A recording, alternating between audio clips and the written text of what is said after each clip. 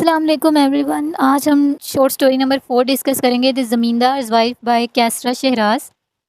Qaisra Shahraz diasporic writer हैं, ठीक है, जो कि पाकिस्तान में पैदा हुई थी, यूनाइटेड किंगडम में रहना शुरू कर दिया। उन्होंने अपनी प्रोलिफिक वॉइस है, वो इंग्लिश लिटरेचर है, उनमें अपने काम को दुनिया में मनवाया है। कैसरा शहराज का जो राइटिंग स्टाइल है उसमें उनकी नॉस्टैल्जिया बताया, उनके जो होमलैंड के साथ उनकी जो बचपन की यादें हैं उसको हाईलाइट किया जाता है, ज़्यादातर दिखाया जाता है, और उनकी जो डायस्पोरिक एक्सपीरियंसेस हैं उनको दिखाया जाता है। वो अपनी स्टोरीज़ के थ्रू जो है ना वो कन्फ्रंट करती हैं between tradition and modernity, male and female, east and west. ठीक है, कि जो पहली कलेक्शन थी ना शॉर्ट स्टोरी की, वो थी a pair of jeans and other stories 2013 में, जो कि पब्लिश हुई थी।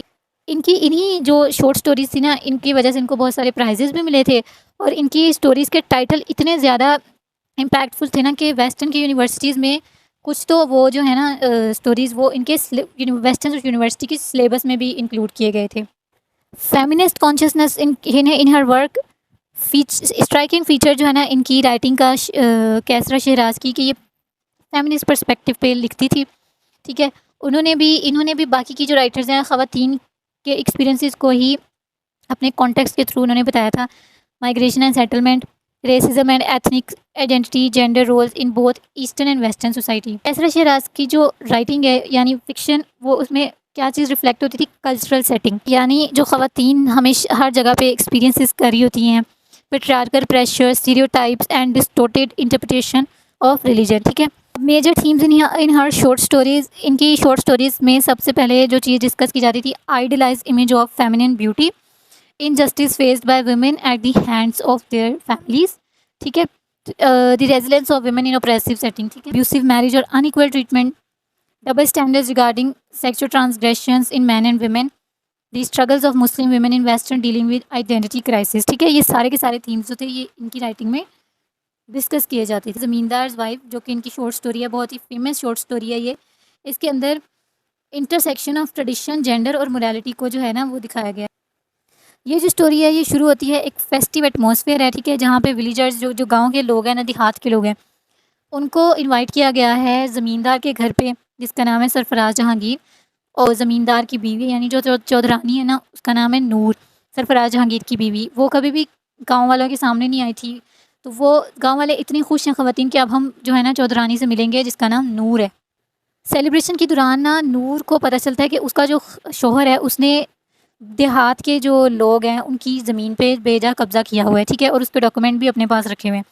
तो वो क्या करती है, विदाउट एनी हेजिटेशन, वो क्या करती है, सीक्रेटली अपने जो शौहर ने वो डॉक्यूमेंट छुपाए होते हैं उनको निकालती है, और जो गांव के लोग होते हैं ना उनको चांद रात को वो कागजात दे देती है, और वो अपने आप को ना प्रिपेयर करती है अपने शौहर का गुस्सा का सामना करने के लिए। ठीक है, लेकिन सरप्राइजिंगली उसका जो शौहर होता है वो उसको कुछ भी नहीं कहता, क्योंकि नूर पढ़ी लिखी होती है और एक वेल एजुकेटेड और वेल्दी फैमिली से बिलोंग करती है, तो इसलिए उसका शौहर उसको कुछ भी नहीं कहता। उसको कहता है कि इसको ये पढ़ी लिखी है तो उसको पता है कि how to deal with right and wrong. Noor का character as a strong female character है, ठीक है। नूर एक रिमार्केबल रिप्रेजेंटेशन है शहराज की फेमिनिस्ट विजन में, ठीक है। वो एडमायर करती हैं कि जो कि ना सिर्फ खूबसूरती को एडमायर कर रही है बल्कि एजुकेशन और फैमिली, स्ट्रॉन्ग फैमिली बैकग्राउंड को भी वो रिप्रेजेंट कर रही है। उसकी जो क्वालिटीज़ है ना उसको यूनिक पोजीशन ऑफ पावर देती है, दोनों साइड पे, शादी में भी और उसकी कम्युनिटी में भी। जैसे स्टीरियोटिपिकल एक सोसाइटी होती है उसमें क्या किया जाता है कि अगर कोई औरत इस तरह का कोई डिसीजन ले ले कि किसी ने, शौहर ने कैसे कागजात किसी की कब्ज़ा किया हुआ जायदाद पे और बीवी उठा के वो कागजात वापस कर दे, तो क्या होगा कि शौहर मोस्टली लड़ाई करेंगे, झगड़ा करेंगे, ठीक है। लेकिन यहाँ पे क्योंकि नूर को बहुत ज़्यादा ब्रेव दिखाया गया है, कॉन्शियस दिखाया गया है, मोरली फेयरलेसली वो असर्टिव है और इतनी कैपेबल है कि वो राइट एंड रॉन्ग में तफरीक कर सकती है, ठीक है। और उसके पास इतनी पावर है कि वो जस्टिस के लिए ना वो चैलेंज कर सकती है इनजस्टिस को, ठीक। का जो शौहर है बेशक वो बहुत पावरफुल है, उसके पास बहुत सारे इख्तियारात हैं, लेकिन वो अपनी बीवी के ख़िलाफ़ जो है ना अथॉरिटेरियन कंट्रोल को नहीं दिखाता, क्योंकि वो रिकग्नाइज़ करता है उसकी बीवी की स्ट्रेंथ को और उसकी आज़ादी को, कि वो भी, उसके पास भी इख्तियारात हैं कि वो अपने डिसीजन को ख़ुद से ले सके, ठीक है।